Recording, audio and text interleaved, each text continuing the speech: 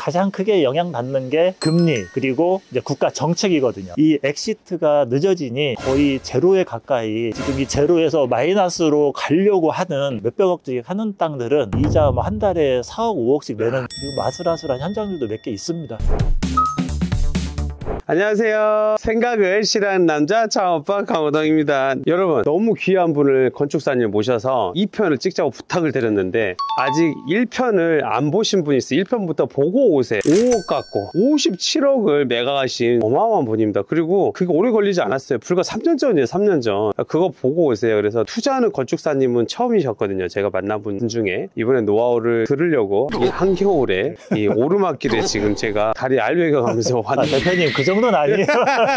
이제 잃는 얘기, 안 좋은 얘기도 해야 돼요. 살다 보면 명감이 있잖아요. 맞아요. 호동아, 이 고금리 시기에 안 좋은 것도 얘기를 해줘야 된다. 너가 좋다고만 하면 다 달라두면 어떻게 하냐. 맞아요. 실제 지금 건축 이쪽 필드에 지금 계시잖아요. 네. 그래서 건축사님 보기에 어떤 리스크들이 좀 지금 현존에 있나요? 지금 뭐 너무나 잘 아시죠? 사업하시는 분들 고금리 너무 힘들죠. 이자 내는 거 너무 힘들잖아요. 저도 힘들고 제가 설계를 해서 지금 뭐 공사를 하고 이런 분들 보시면은 그분들은 완전 최전선에서 몸으로 겪고 있잖아요. 근데 이게 사업이라는 게 들어오는 것보다 탈출이 정말 중요한데 이 엑시트가 늦어지니 처음에 사업 시작할 때 했던 이유라고 지금 이유라고는 틀리잖아요. 또. 그렇죠. 수지를 맞춰놨는데 맞아요. 금리가 올라버리니까. 그러면은 엑시트를 못하고 있으니까 그 고금리를 계속 물어야 되는 그런 상황이니까 내가 이 사업 계획으로 해서 몇 프로의 수익률을 받는데 그 수익률이 이자로 인해서 점점 줄어들고 있어요. 그래서 어떤 분들은 거의 제로에 가까이 되신 분들도 있고 지금 이 제로에서 마이너스로 가려고 하는 이런 분들도 있습니다. 엑시트를 빨리 해야 되는데 그걸 못하고 있으니까 이자에 자꾸 녹아나는 거죠. 자기 자본이 있으면은 대출을 조금 줄이고 내 레버리지를 조금 높이시는 게 그나마 조금 버티시는데 좀 도움이 되죠. 아까쯤에 수지 분석 안 나온다고 했잖아요. 그렇죠. 그럼 거기 맞춰서 맞는 건물을 잘 사야겠네요. 그렇죠. 일단 그런 건물을 사는 것도 중요한데 우리가 지금 제일 중요시하게 여길 거는 이자 비용이거든요. 그 이자 비용을 내가 생각했던 사업 기간보다 조금 더 잡으셔가지고 만약 그게 또 힘들다고 하시면은 뭐 1년치의 이자를 미리 대출을 받아서 리스크에 대응을 하시는 것도 하나의 방법입니다. 아니 실제로 부자들이나 지금 강남에 계신 뭐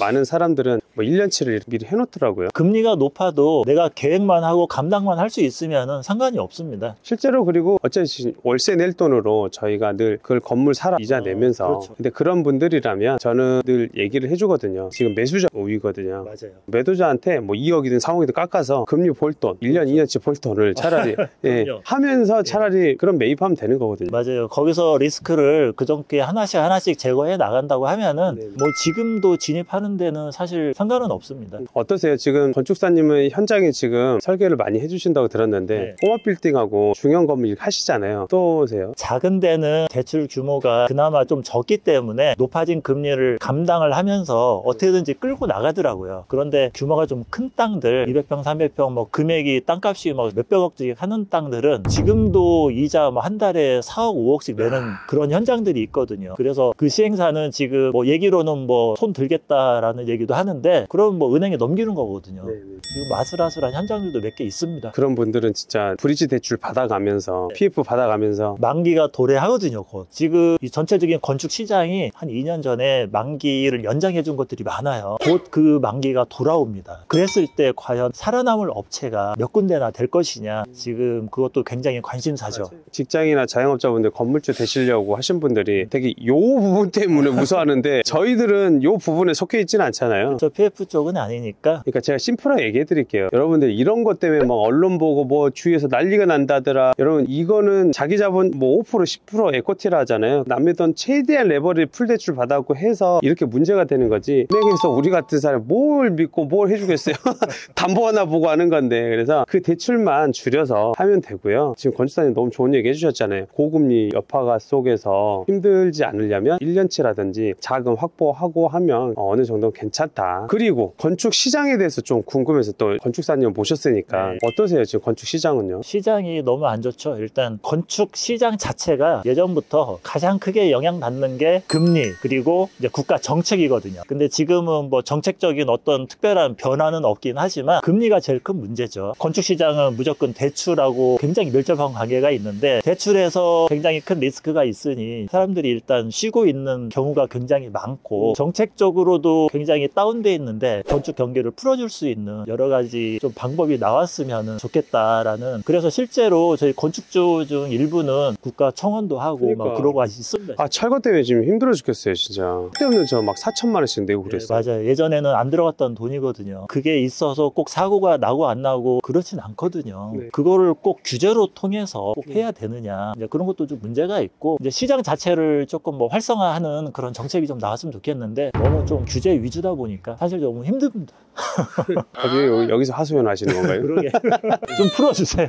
근데 궁금한 게 건축비도 많이 올라가고 또 2025년부터 친환경 건축 시작된다면서요? 세계적인 추세가 뭐 친환경, 뭐 에너지 이쪽으로 가고 있고요. 지금 공사비도 원자재 상승으로 굉장히 많이 올랐잖아요. 한 2년 전보다 공사비가 한 30%, 40% 올랐기 때문에 그러니까요. 공사비가 오르면은 사실 대출이자 공사비 이게 다 어디로 가겠습니까? 건축주 부담으로 가죠. 그렇죠. 아, 이것도 진짜 어려운 문제죠. 벌써 제가 1년도 안 됐는데 50명 건물주를 만들어 줬거든요. 근데 요즘은 신축보다 리모델링이나 대수선이 차라리 낫다. 왜냐하면 저희가 평당 7, 800에 짓던 거 지금 900, 1000만 원이 됐거든요. 어떻게 생각하세요? 그럼? 그렇게 괜찮은 방법이긴 한데 그쪽에. 모든 건물이 거기에 해당되지는 않고요. 예전에 10년 됐나요? 법이 우리 주거지역에서 지금은 이종 일반 주거지역이 용적률 200%인데 그때는 300%일 때가 있어요. 우와. 300%일 때 건물을 줘놓은 건물들이 있거든요. 좋다. 그러면은 지금은 그만큼 못 짓기 때문에 오히려 그런 건물 뭐 대선해서 리모델링 하는 게 더 이득일 수도 있습니다. 그쵸. 그런 건물을 이제 리모델링 했을 때 과연 비용이 얼마나 들 것이냐. 사실 신축보다 어려운 게 대수선이기 때문에 비용이 신축에 거의 육박하는 한 80% 정도. 그럼 일반 사람들은 아니 기존 건물 갖고 하는데 뭐 이렇게 돈이 많이 들어? 라고 얘기를 하시겠죠. 근데 한정된 구조와 공간에서 만드는 게 사실 쉽지가 않습니다. 신축은 다 밀어내고 그냥 올리면 되잖아요. 대수선은 기존 구조를 유지하고 보강하고 하면서 외관도 다시 다 바꾸고 하기 때문에 그것도 굉장히 어려운 작업이죠.